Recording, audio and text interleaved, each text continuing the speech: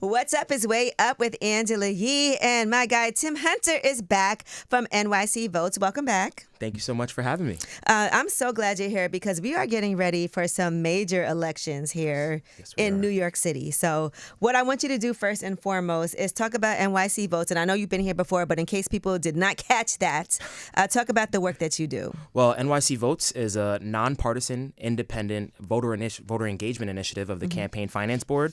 It's our job to make sure that New Yorkers have all the resources and tools that they need to actively participate in our democracy. We know that, of course, this election is very highly anticipated. A lot of people turned out for the June. A lot of people turned out for the June election, and we want to make sure that we see, similar results in November, especially as, there's a number of questions that we're going to be dealing with. Obviously, who our next mayor is going to be, who maybe your next local council member is going to be, and even some ballot proposals, and we'll get into all that today. I'm watching all of that, and like you said, your work is strictly to make sure that people are registered on time, know those deadlines, know what's on the ballot, and vote. You're not telling people who to vote for in any way. Correct. Yeah, we are not telling you who to vote for. We're not telling you which ballot proposals to vote for. We just want to make sure that you have those resources. And our website is a great tool to get access to figure out what's going to be on the ballot and who you can potentially vote for through our voter guide. And also, if you have any other questions, any of our voter engagement initiatives that are happening all across the city up until Election Day. How can you participate? Yeah. I was on the site, of course. Oh, that's great. So there's a lot of deadlines that people also need to know about. For instance, I moved last year, change of address. October 20th. Look at you knowing it off the top of your head. I have to write it down. Also, early voting, that's important too, because you don't want to wait if you don't have to till the day of, just because anything can happen. So if you have the ability to get out and vote early, that's always a great option. What are those dates? So we want to make sure that, of course, as New Yorkers are figuring out who to vote for, that they know when they can vote, as you kind of highlighted. So November 4th is Election Day. So that is the last day for you to vote. You can also postmark your ballot. This is the last day to postmark your ballot if you're voting by mail or voting through absentee ballot. And then early voting, which is my favorite because I like to beat the lines. I don't want to be waiting in line. I know this past June election, it was very hot on Election Day. So, it's good to get out and vote early to avoid that. You have from October 25th, which is the Saturday, all the way to November 2nd, which is that perfect. Sunday.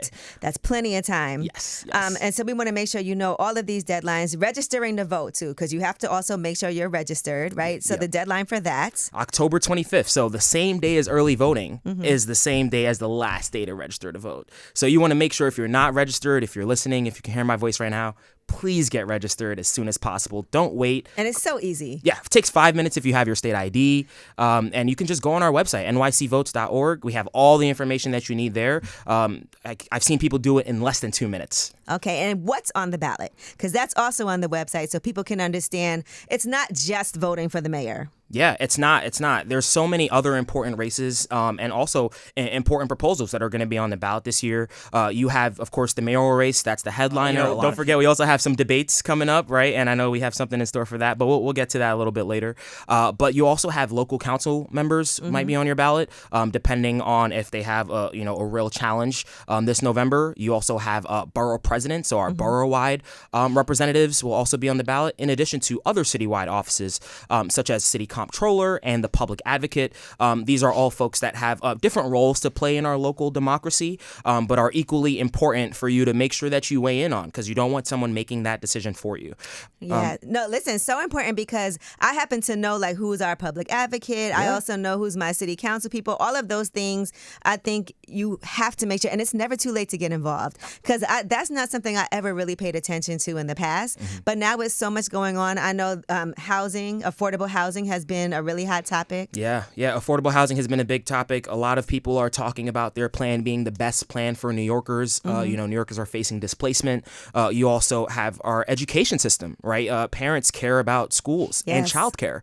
And also small business owners like yourself, I think, are paying close attention to this race because, it will determine a lot about what our city has to offer working class New Yorkers and New Yorkers from all across, the 5 boroughs. I've just hired an assistant for the first time ever, and she's starting soon. But one thing, she has 2 small children, and so she has literally been nonstop looking for, because she's moving from Maryland to Brooklyn. And so one of the main things that has been an issue is finding like, okay, childcare, where am I putting my kids in school? Yeah. Some of it's really expensive. It is. So she might love one place, but she's like, ooh, girl, this costs $1,200 a week. Like, it's ridiculous, the amount of money that it costs. And then, of course, housing has been such a major concern. Now, I live in Brooklyn. I live in Bed-Stuy. Do or die. Yeah, before, not anymore. I know. I got to think of a new phrase for do or gentrify. Okay? Oh, goodness. I said last time, brunch and wine. Bed-Stuy brunch and wine. Yeah, exactly. It's definitely not that.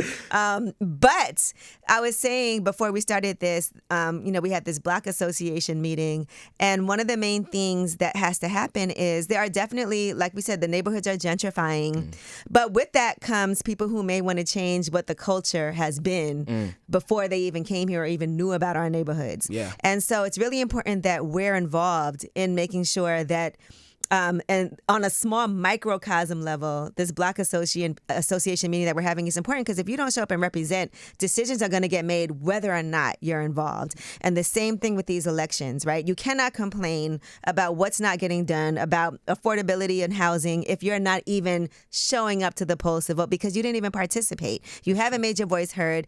These are people that work for us. Yeah. Right. And so these are public servants.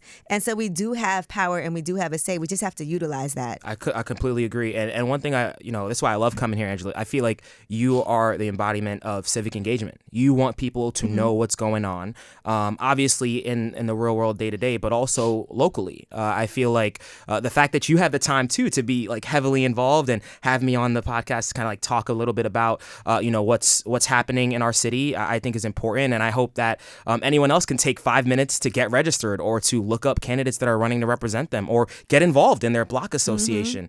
When we look at the 2021 general election, which was the last citywide election that we had, less than 1 in 4 New Yorkers turned out to vote. That's a shame. That means that the elections are being determined by a very small percentage of people. And if you're not at the table, then you're on the menu. And I think that a lot of New Yorkers, need to take note of this and try to like find a way to get more involved. Of course, voting is where it starts. It's the smallest thing you can do. But there's so many other ways that you can engage with your community. Right. You can actually help a candidate that you really like who's running for office. And listen, these debates are really important too, right? Because we get to hear and see these candidates interact with each other, see what they have to say. Because if they get put on the spot and say that, you can't just say anything in these debates. No, you can't. Because you will be called to task later on about it.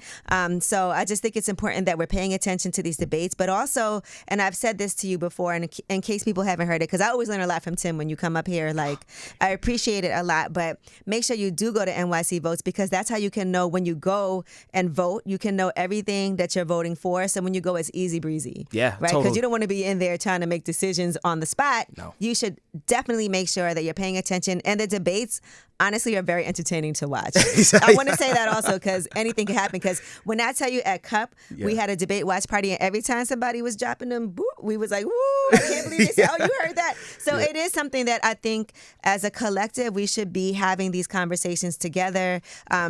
It's thought-provoking, and you never know, you may end up running for office one day. It's true. It's true. I think that, in addition to this, the debates, sometimes they do get a little bit spicy. Yeah, it does. But, it's also important to make a plan. Like I think watching the debate's a great start, looking at the voter guide that we're going to mail to millions of New Yorkers this year, so you can see, mine. What's going to be in the ballot. Yeah, it's a nice little booklet. It's a little bit hefty, but it's important. And, so thumb through it, see who's running to represent you. But also, it's also important to make a plan because there are going to be other things on the ballot besides these candidates, right? There are going to be ballot proposals that New Yorkers are going to have to consider, one of which has nothing to do with the immediate New York City area. There's one ballot proposal that's focusing. Yeah, I was wondering what was that. So can you talk to me?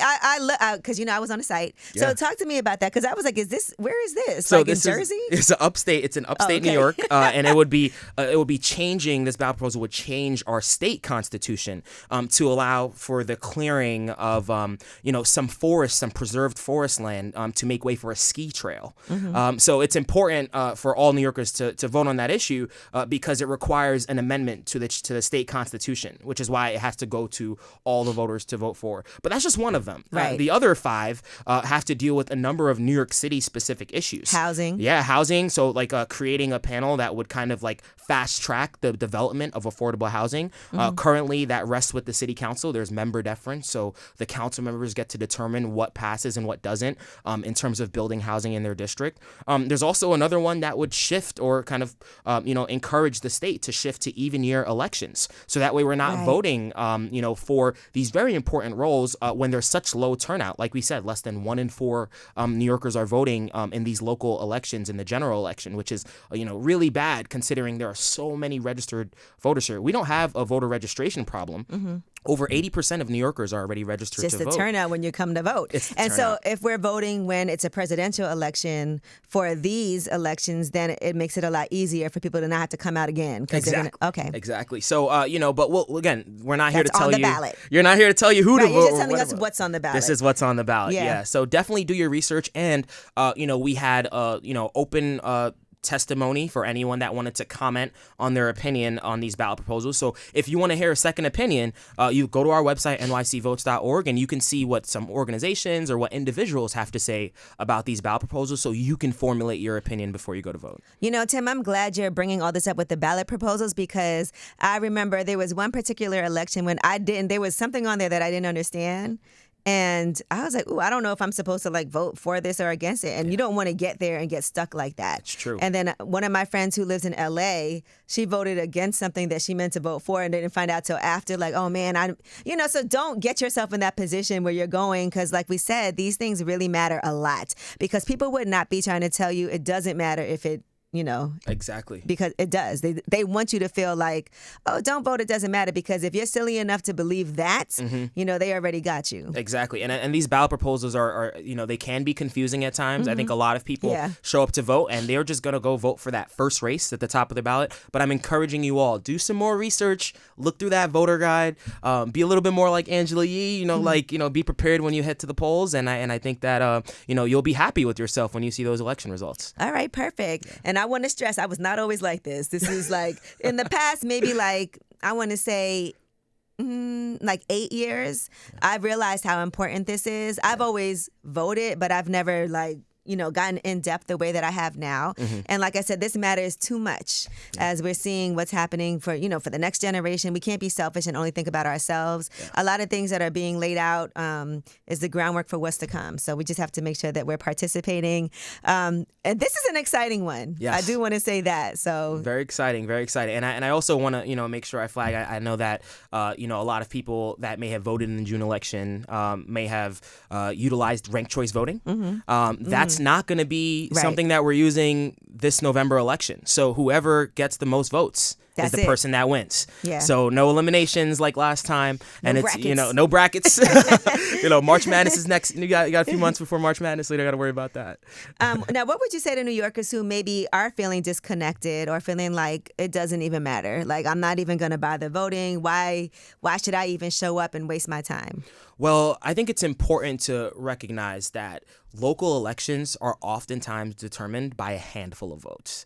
And if you know that going in, you're more inclined to have your decision, your choice be reflected in those decisions in the end decision making when we tally those votes. You don't want to say, I decided to not vote for that local council race, and then it's determined by 2 or 3 votes. And you could have been the difference maker. Someone that you maybe align with a little bit more or support more could have won if you decided to vote. But because you only care about the mayoral race, you're leaving these other races out to dry. So I think that's number one. And number two, it's important for you to vote for your block, vote for your neighborhood. Again, you're not just voting for yourself, you're voting for the community around you, you're voting for your family, you're voting for social services, some things like social services that sometimes you don't even think about, like taking the bus or the train or your child or niece or nephew going to school.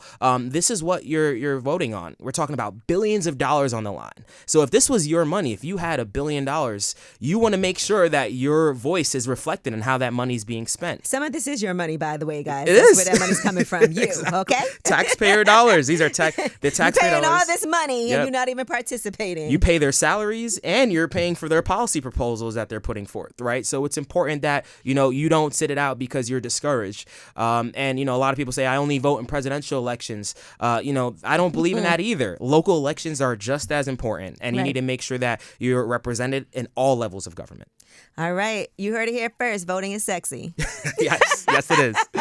All right, Tim, what's the website for people who are listening so they can get all this information and they can go ahead and make sure they're well prepared? Well, nycvotes.org. You can learn about the candidates that are going to be on your ballot. You can learn about these ballot proposals. You can get registered. You can also, maybe earn some free swag from NYC Votes. You can take our voter pledge, so pledge to vote, and we'll make sure that we text you whenever there's upcoming elections, in your area, whether the special elections or the June or November primaries, the June primaries and the November election. Mm-hmm. And we just want to make sure that New Yorkers, think of voting as fun. It's important, but it can be fun. You can do your research. You can talk to your friends, your family members. You can come to our debate viewing party. Yes, and October 22nd. Hang out with us. Yes, October 22nd at Coffee Uplifts People. We'll be there. Yep. So you can watch the debates with us. And it's like a party for real. It really is. Like we're watching it and we are locked in. The food is also amazing. Yes, and the drinks. Yeah. Period.